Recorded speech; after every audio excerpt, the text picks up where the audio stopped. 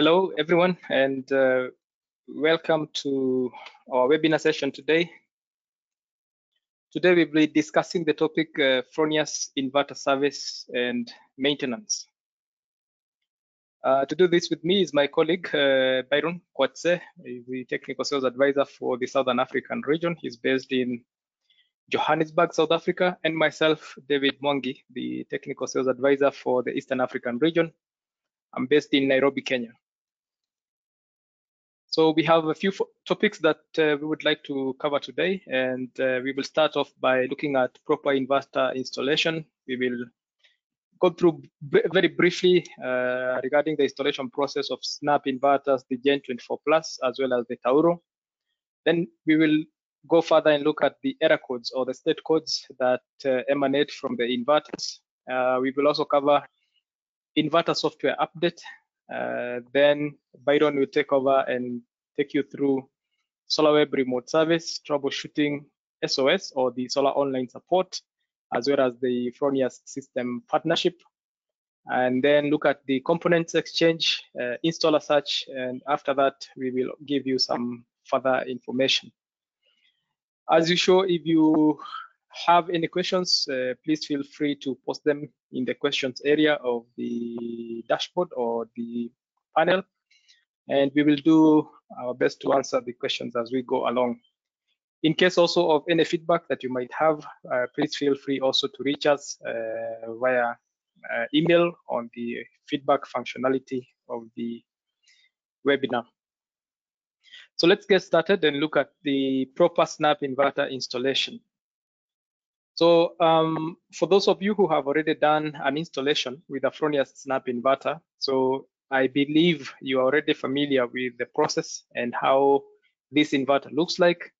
So this inverter is supplied to you in two parts. So part one is a lightweight wall bracket that you mount first, and then this wall bracket has the connection area for both DC and AC cabling. So it's a compact, lightweight inverter design, and as you can see here to the photo on the right, this pole mounting would also be possible. So this makes sense. For instance, if you have done a field installation and you have the possibility to mount the inverter just below the solar panels within the same mounting structures. So no special tools are required for installing a Fronius SNAP inverter. So as you can see, the process is very simple. You start with the wall bracket. Once this is securely done, you would have then to connect the DC and AC cabling. Then you snap in the inverter itself to the mounting bracket, and then you secure the inverter with two screws and then close the DATCOM cover. So it's a very quick process. In terms of servicing, Fronius makes it very easy for you to do very fast and easy servicing of the inverter. So you can easily do updates or upgrades of the required softwares, and this can be done as well using a memory stick or a USB drive. On top of that, if there is a problem within the inverter, it's possible to replace PC boards within the inverter. So as we are going to see later, the state codes are also some kind of a guide in terms of which area of the inverter could be faulted. It's also possible to replace the entire inverter, and this can be done also fairly quickly because you do not have to remove the mounting bracket from the wall. So you can just snap out the inverter from the mounting bracket. So you would leave then the DC and AC cabling intact. It's very important as we discuss the service and maintenance of the inverters to, first of all, know that the choice of location is very important because this has a direct impact on how well the inverter operates once it has been installed. So it's very important to pay attention to the recommendations from Fronius as far as which are the possible installation locations. So this inverter, the SNAP inverters are IP65 or 66. So it means that you can install them outdoor. In terms of altitude, you can go up to 2,000 meters above sea level. So above that, you would have to lower the input voltage on the DC side. When it comes to outdoor installation, you also have to be aware that if the inverter is going to be exposed to direct sunlight or sun heat for a considerable amount of time during the day, then it's always good to have some kind of shelter above the inverter. And this has nothing to do with intrusion as far as the IP class is concerned. It all has to do with the power derating when the inverter becomes very hot. So as you can see, there are quite a number of other locations where there could be contact with ammonia gases or similar. That's not allowed. Maybe in a bedroom or an office area or a sitting area where you do require some silence. These inverters, remember, have temperature controlled fans for cooling, and they could activate, and the speed increases or decreases depending on the heatsink temperature.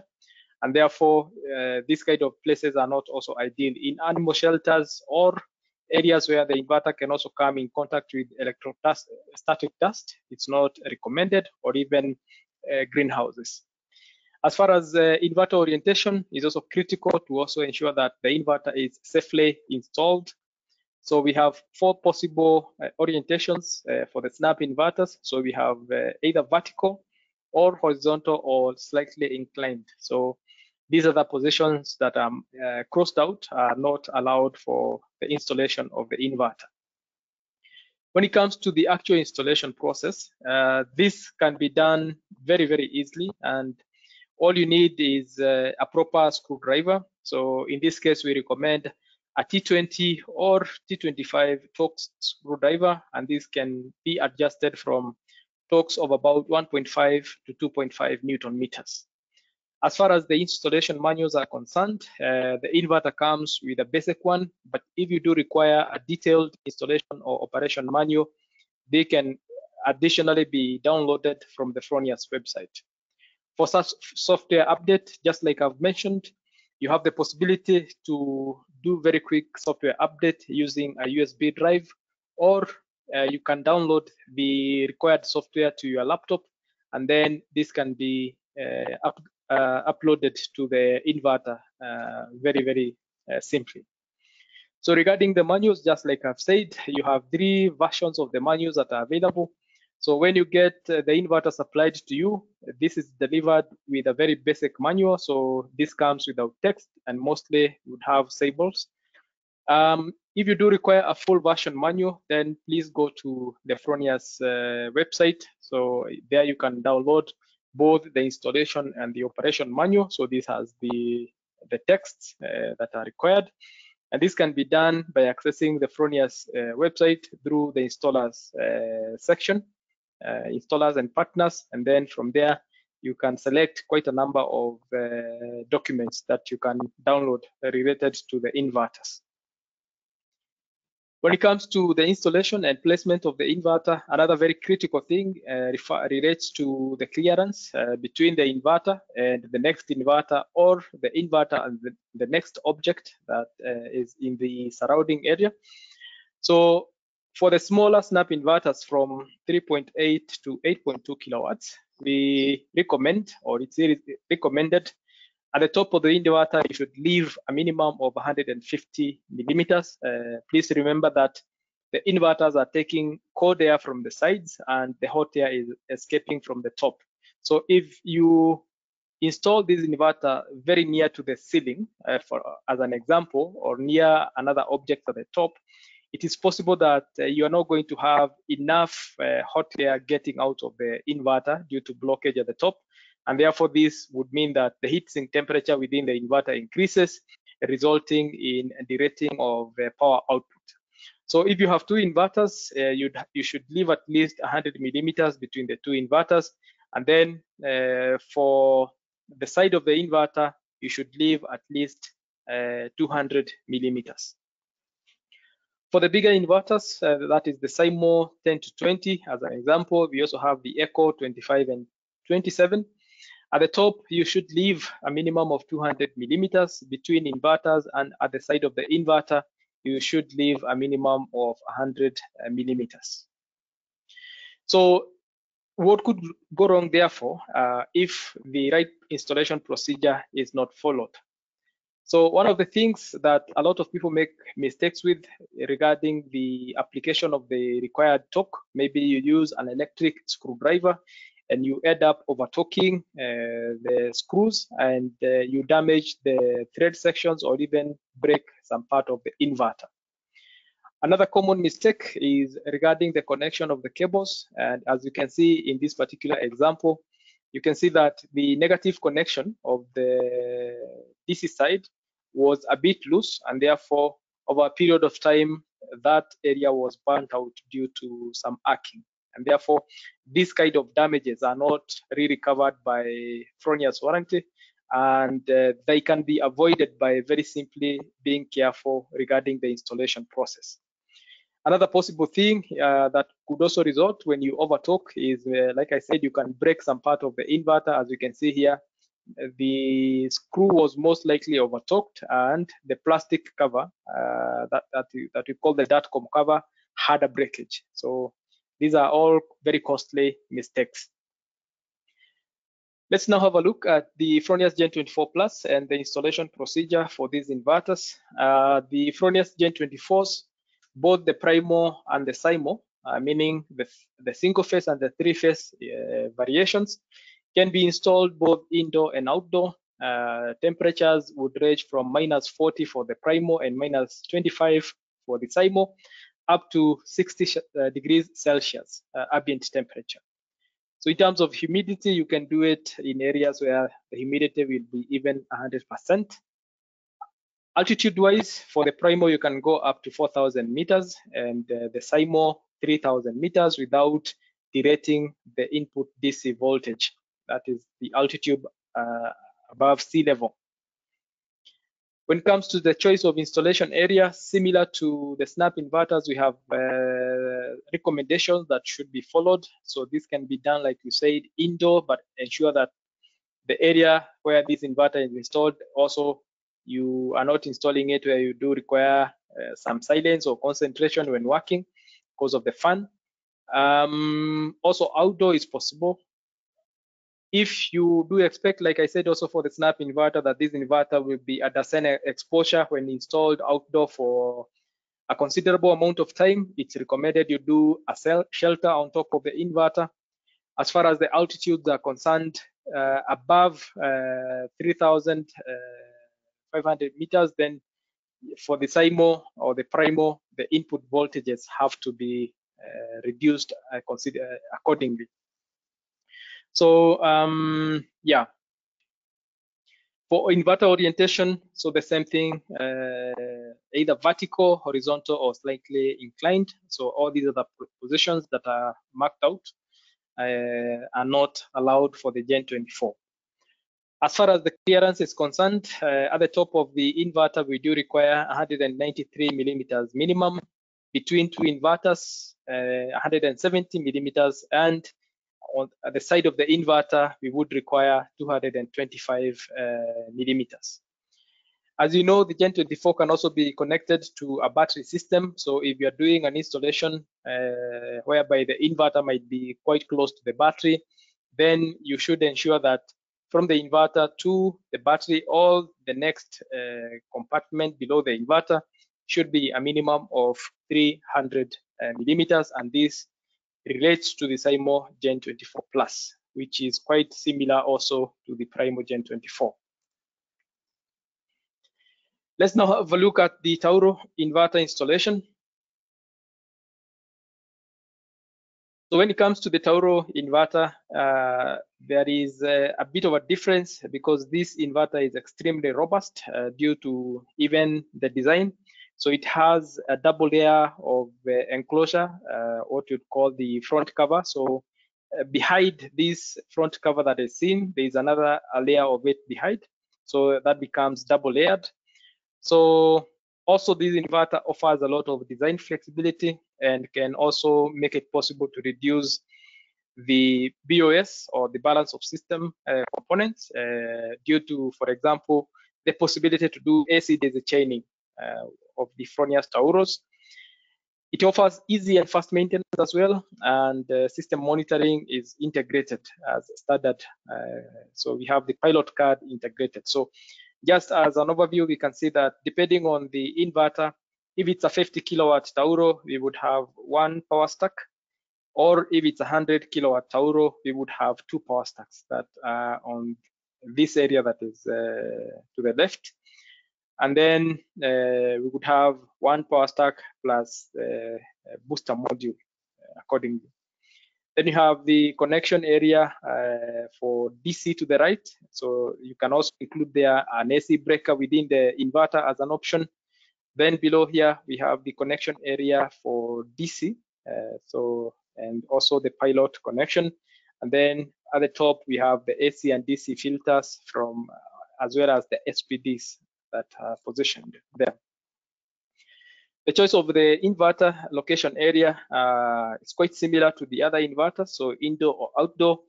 The main difference being because of the double layered design, then the Tauro inverter can withstand direct sun heat, as we can see here, but it's still recommended to put some shelter on the inverter. But the Tauro in this case can be done without a consideration of the direct exposure to sun heat, like we have said, is not recommended for the snap inverters and the Gen 24 Plus. When it comes to the altitude, you can go up to 4,000 meters above sea level without any restrictions on the DC side, but all these other locations that are crossed out are not allowed, similar to both the snap inverters and the Gen 24 Plus inverters. There is another possibility for the Tauro inverters as far as if you look at the positioning, so we can see the two vertical positions slightly inclined or horizontal, but you can also additionally do it on the ground. So once this is done on the ground, then you require additional accessories or components that are attached. So you can see these two racks that are attached to the right and left of the inverter, just to raise it up and create some clearance of the ground. So these two racks can be used either as handles or can be used for elevation when you're doing a horizontal mount. So when you're ordering this inverter, these are options that you can include in this particular order. So these are the positions that are crossed out here, and also additionally not allowed for the Tauro inverters. When it comes to the clearance, the Tauro does require slightly more clearance than the other inverters, because we can see all around the inverter, we do require about 50 centimeters or 500 millimeters. And yeah, so that's a bit of a difference with a maximum input voltage of 1000 volts.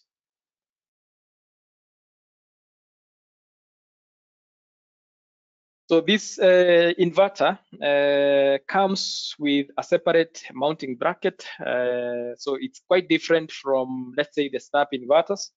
So you have to mount this bracket on the wall, and then once that is done, you would then use the racks that are provided as handles to lift the inverter and place it into the mounting bracket. So this then is properly secured. So this is just a very simple process also, but pay attention to the points where the inverter has to be anchored on the mounting bracket. In terms of the torque application for the floor racks, so you can see once you put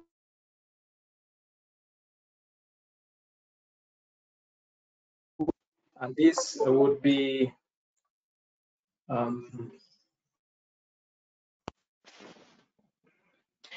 and this would be applied with a torque of about 24 Newton meters. So let's now have a look at the state or error codes. So for all Fronius inverters, starting with the snap inverters, you do get error messages, and these will come as codes. So for the snap inverters, we have the error codes classification from class 1 up to class 12.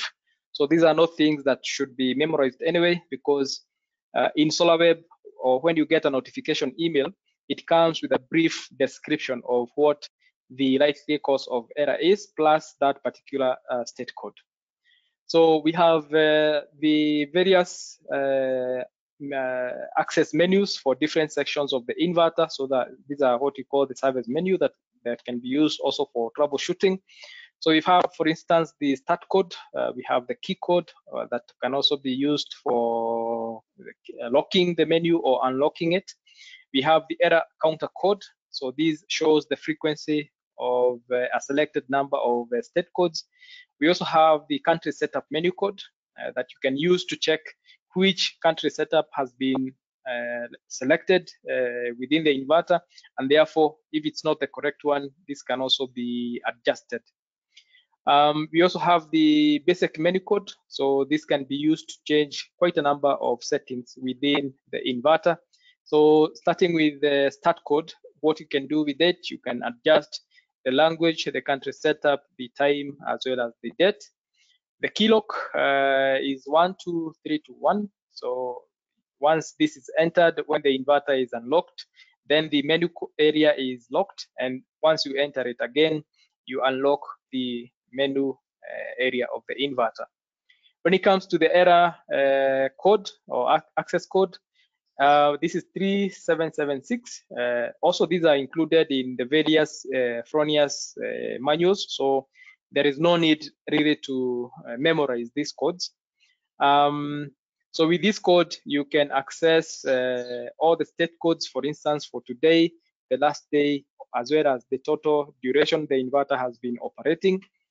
You can also filter them out by the frequency of occurrence or numerically from the lowest or the highest state code. And then, of course, using the same access code, you can do a total counter reset of the errors. For instance, if you are taking the inverter from one site to the other and you do not want to transport, so to speak, the errors that occurred in that particular first site, you can do a total reset of all these errors using this access code. The country setup menu, as I said, this can be used to check which country setup was selected in the snap inverter, and then accordingly change it if this is required. The basic menu code allows you to access quite a number of sections of the inverter. For instance, you can access settings for MPPT tracker number 1. As you know, Fronius snap inverters, except the echoes, have 2 MPPTs, and therefore you can adjust even the operating voltage or the start voltage of the MPPT.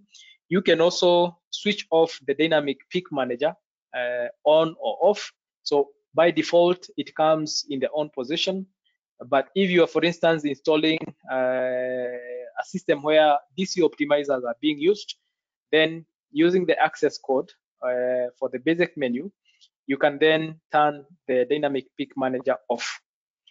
Tracker number 2, you can also adjust this to the on or off position. If you connect, for instance, the available PV power to the first MPPT only, then you can choose to turn MPPT number 2 off. You can adjust the operating DC voltage. You can fix the various start points. And then also additionally, just for like MPPT number 1, you can switch off the dynamic peak manager. You can also adjust what is the start voltage for both MPPT 1 and 2. So depending on the particular area, maybe in the morning section, the sun is not very strong, and therefore the voltage generated by the solar array is not sufficient to start the inverter. So you can adjust to suit the particular site at which voltage then the inverter starts to produce power. The basic code can also be used to check USB event log. You can also set the SMS delay as well as the event counter. You can also adjust or connect an input signal, maybe from an SO meter or an external signal, maybe from a relay or OBP or something like this.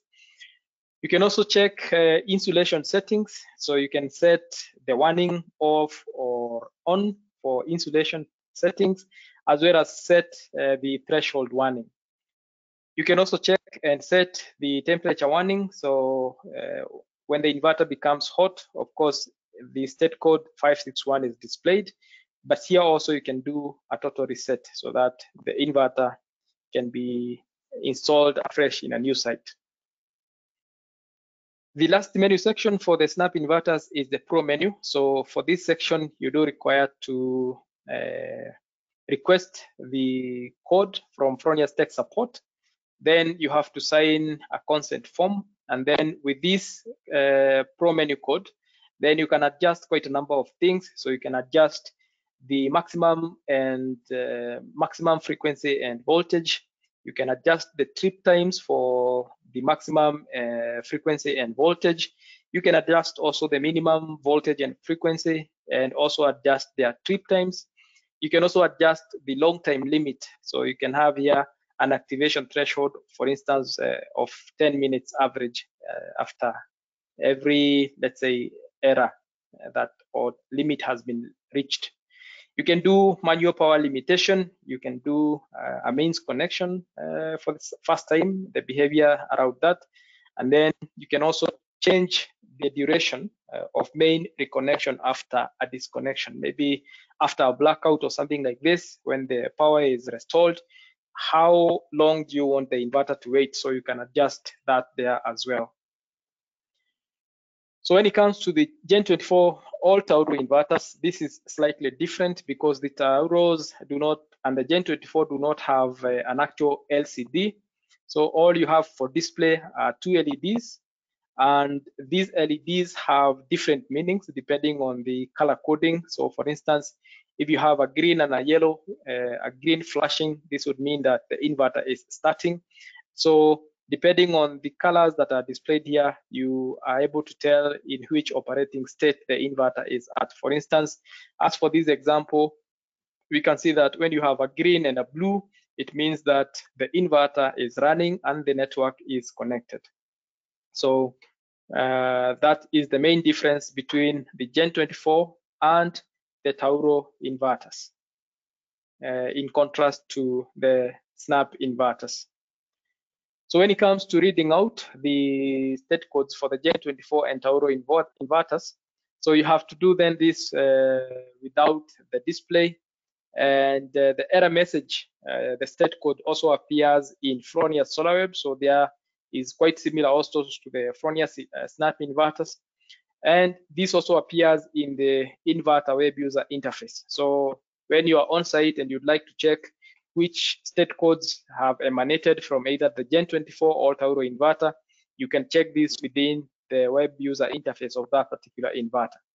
So it offers you a 4-digit code with a short description. So there is no state code grouping like with the Fronius Snap inverters. And then the stored codes will be created in an ascending order depending on which one occurred last. For further troubleshooting, and Byron will talk about this, we have the SOS tool as well as the Fronius state code tool.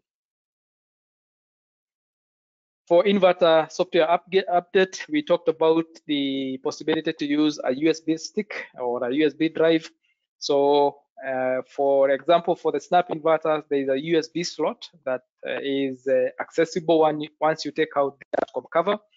And once you insert the USB drive, then you have to go to the setup menu. You scroll down to software update and select. Then you'd have to scroll to USB and select. Then you click or you touch the enter button twice. Once this is done, the inverter will boot, and then the update will start performing. And then once the inverter has completed the update process, it restarts automatically.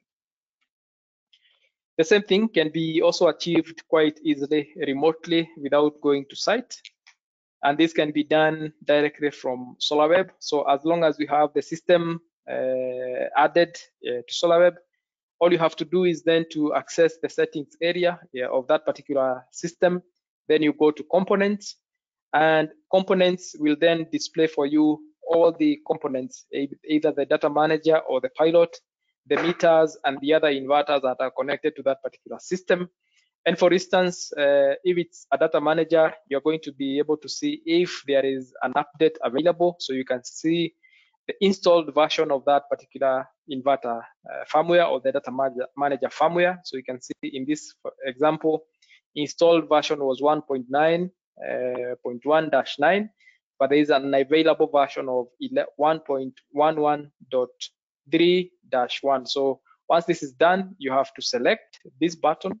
So by ticking this one, you select that particular component, then you click on the update button. So the only thing here you should ensure is that you have a stable connection, internet connection at site, because this process can take anywhere maybe from 5 to 10 minutes, depending on, especially the speed of the internet connection.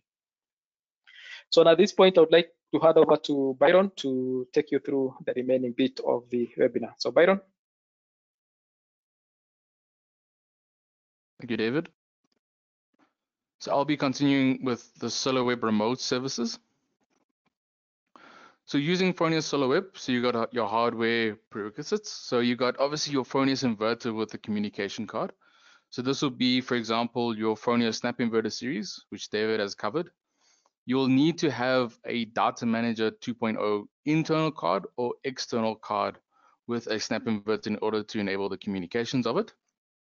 Whereas if you are using the Fronius Gen 24 series or Taro units, it has got its own integrated communication card with the unit already, which is our pilot device. You'll then need to use your Fronius smart meter, which we recommend for all Fronius installations. This will then enable you via internet connection to then display through to SolarWeb. So how do you bring your PV system into SolarWeb? So the first and most important one is to create your SolarWeb account. So as an installer, you must do a installer/business account. This will allow you full utilization of SolarWeb and Solar SOS. So what you'll do is you can create your account either via the Solar Start app or via the SolarWeb app, as well as also via our desktop version of SolarWeb. We've got integrated monitoring on SolarWeb. So this is hardware that's already integrated into the inverter with the pilot device and the data manager. Again, we recommend that a Fronius smart meter is installed with your Fronius inverters. This will also allow you to do software free of charge. So we don't charge for our free software updates. And this is all available online via our online portal or www.solarweb.com, as well as via the Fronius SolarWeb app for smartphone or tablet devices. So this will help you to do full monitoring via SolarWeb. You can also do the activation via the Solar Start app itself when commissioning the inverters. So remote service, what are the possibilities? So you can do different permissions. So you can set a owner permission, supervisor, and guest. So guest protocol will normally only allow the guest to only view the system and not make any changes or delete the system entirely.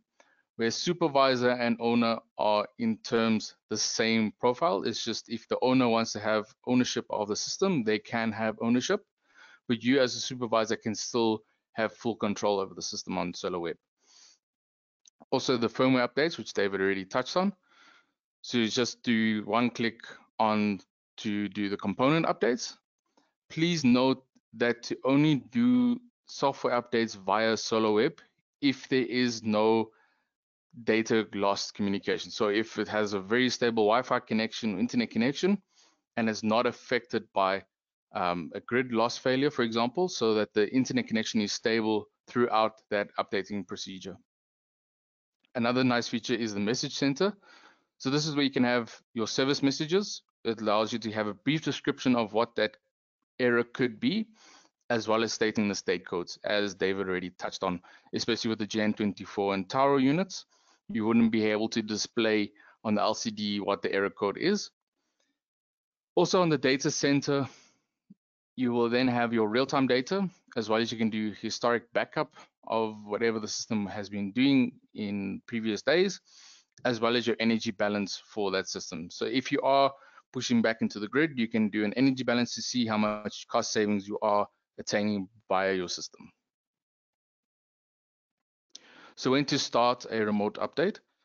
So availability of different updates. So obviously you can do a data manager update as well as the physical software update of the unit individually, as well as our own pilot, which is our water storage, hot water storage device.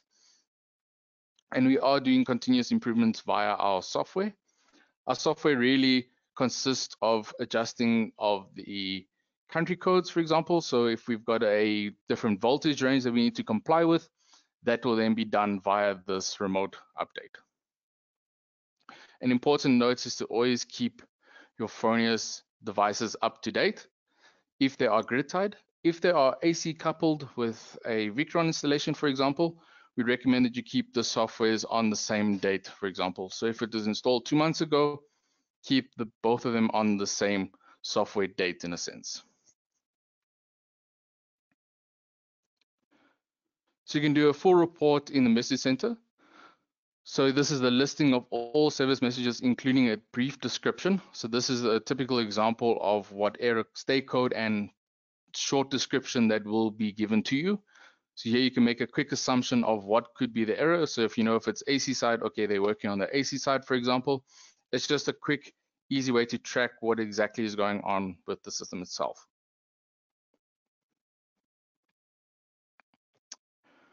With Solo SOS, so this is our troubleshooting app.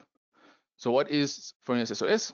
So it's a self-service tool for technicians or customers. It's available 24/7 without waiting periods. So it's an online app, messaging function with tech support. So if you're creating case messages, as well as push notifications. So for example, if you need info on a current order states, or you want to get feedback on the current case that you have opened with an error code, you can have quick notifications through the app itself, as well as access to all relevant installation and operating instructions. So if you are at site and you have misplaced your installation guide, for example, you can always go back onto SOS and re-find and re-download the equivalent of operation or quick start guide in a sense. You can also do data query and warranty information. So if you are on a site that's not yours and you're busy doing an O&M, for example, you can always pull up the data from that system itself via the serial numbers. You can then view if the unit still has a warranty. You can also do your case history and troubleshooting. So again, if you want to view a case that is currently open that still hasn't been closed, you can always go back and view what is going on with that case and also troubleshooting. You can also do a rapid request of replacement parts. So if you are on site and you notice that it's an AC board, for example, that has failed, you can do an exchange or ordering of that exchanged AC board, for example, via the SOS app. So it's available as an app and a desktop version. So it is available on Edge, Chrome, as well as the Google Play Store and the Apple iOS Store. So this is how it would look like. So on the top right, you would have the company name, and then followed by on the left-hand side is troubleshooting cases, your device data, the exchange or repair, as well as the manuals. So as well as it also does redirect you to the installer support page. So if you want to download a software update, it'll redirect you to the relevant web browsers. So what are the key features of the SOS app? So the main feature is that it's 100% digital. No written declaration of consent is needed if you are not doing an exchange process, for example. You get step-by-step instructions for your services, the success of it, as well as available updates, and you can also manage multiple accounts under one account itself. So that entails is your Solar Web account is linked to your Solar SOS, so everything is all linked together into one.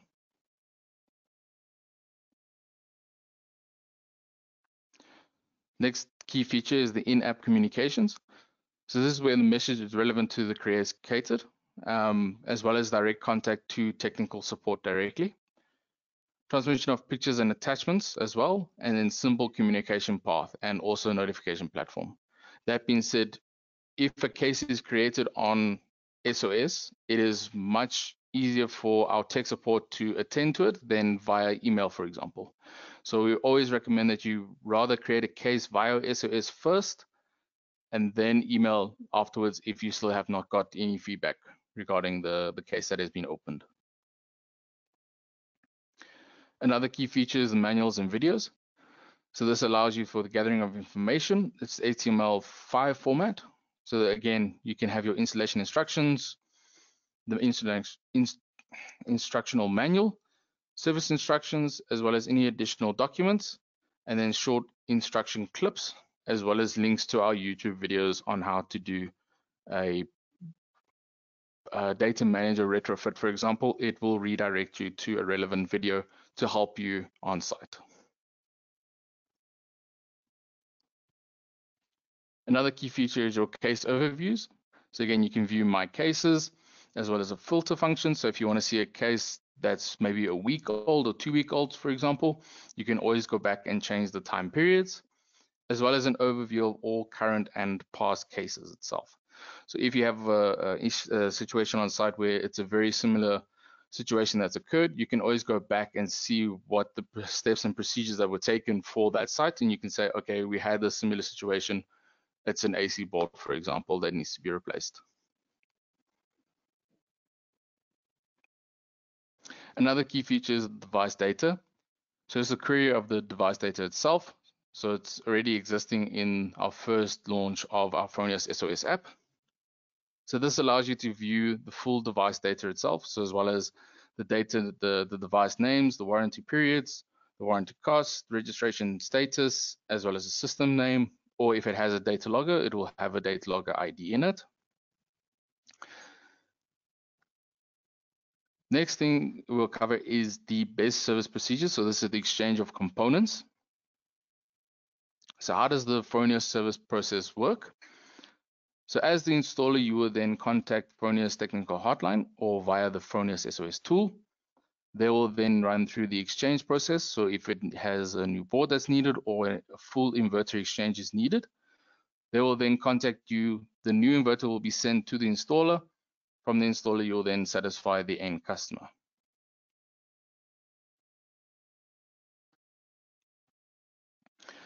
Our FSP partner search. So this is all replacements need to be done by a Fronius system partner, or FSP for short.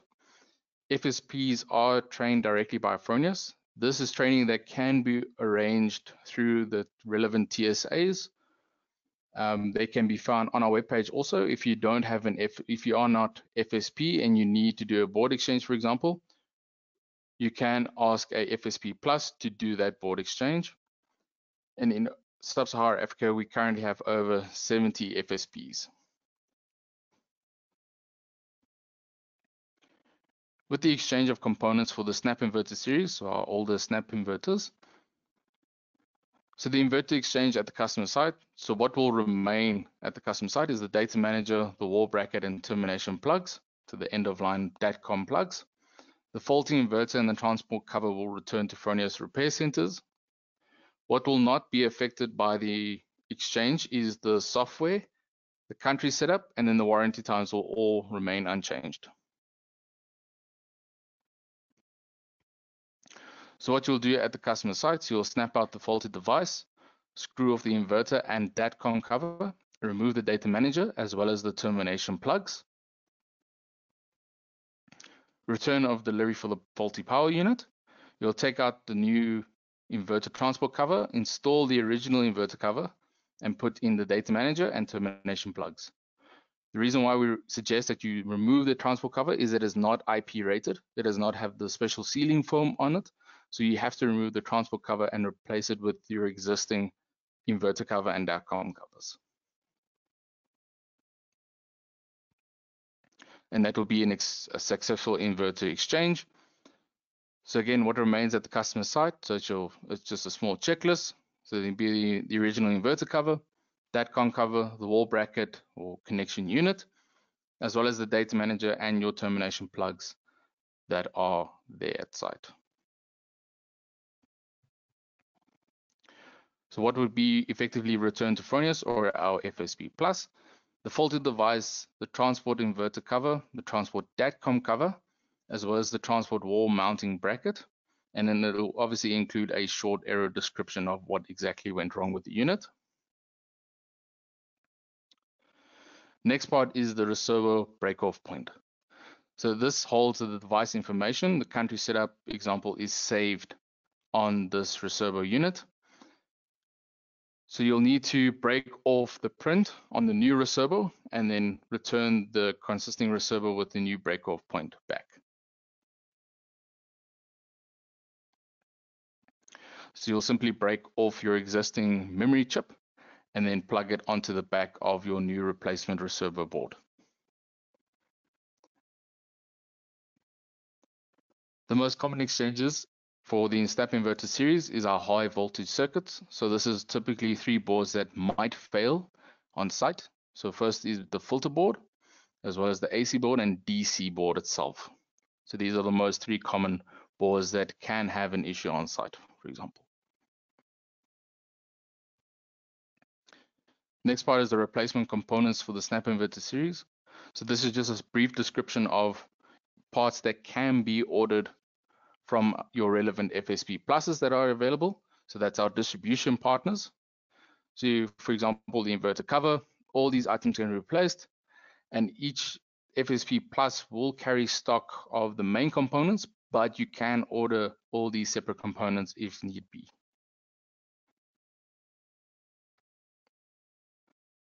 The next part is the exchange of components for a Gen 24 series inverter.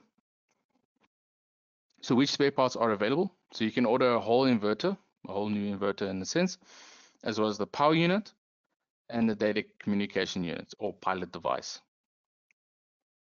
as well as the covers, so the white inverter cover or the DATCOM cover that sits behind the inverter cover, as well as the fan on the front of the unit can be replaced. So how to exchange the power unit on a Gen 24 Plus series inverter? So removal of the inverter cover and DATCOM cover, as well as removal of the pilot device. You'll then remove your Wagyu clamps and the separation part between the 2 AC and DC side. Screw off the grounding cable and power unit itself, and what stays at the customer's side. So what will remain is the wall bracket, the main body, the clamps, the cover, and the separation part, as well as the screws and the data unit itself, or pilot device. So what will to be returned to Fronius is your faulty power unit, as well as the built-in removal steps, vice versa. So when you get your new unit, you'll then do the same steps but backwards. Another important note is with the Gen 24 series, the licensing procedure will be required. But if that is needed, you can then communicate with us and we can run you through how to do the licensing procedure for the Gen 24 series inverters. So just showing you an example of the replacement components. So again, all these components are covered by our FSP pluses, but if you are needing an individual part, such as a screw, for example, or a Wagyu quick disconnect plug, you can then order and it will then be shipped to the FSP.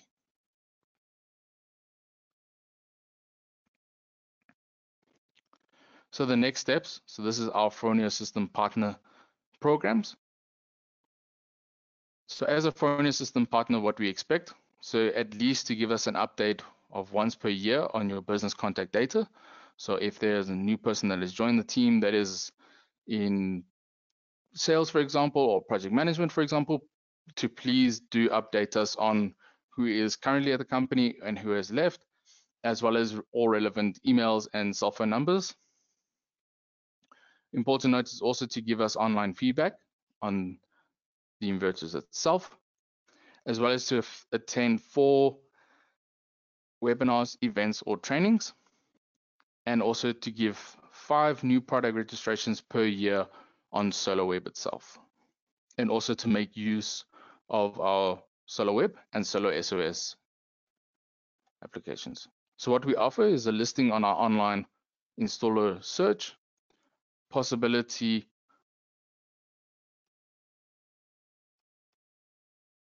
of common adverts, solar premium free of charge for the African market, as well as product dummies for showroom and fairs, marketing material and giveaways, as well as authorization to perform PC board exchanges. So as an FSP, you are allowed to do receiver board exchanges, for example, AC board and DC board exchanges, as well as training vouchers for Fronius International hands-on training.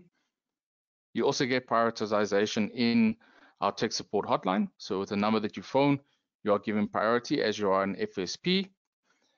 You also get preferential terms for trainings with partners, as well as advanced information about new products, and then also exclusive invitation to our FSP events. For further information, our homepage, you can download the operation and instruction manuals, as well as on our YouTube channel is our how-to videos or installation videos, as well as webinar recordings. And then most importantly, we have our Sub-Sahara Africa playlist, which runs through small things that affect the African market, and like AC couples, for example, doing a data manager retrofit, for example, that will be found on our Sub-Sahara Africa playlist.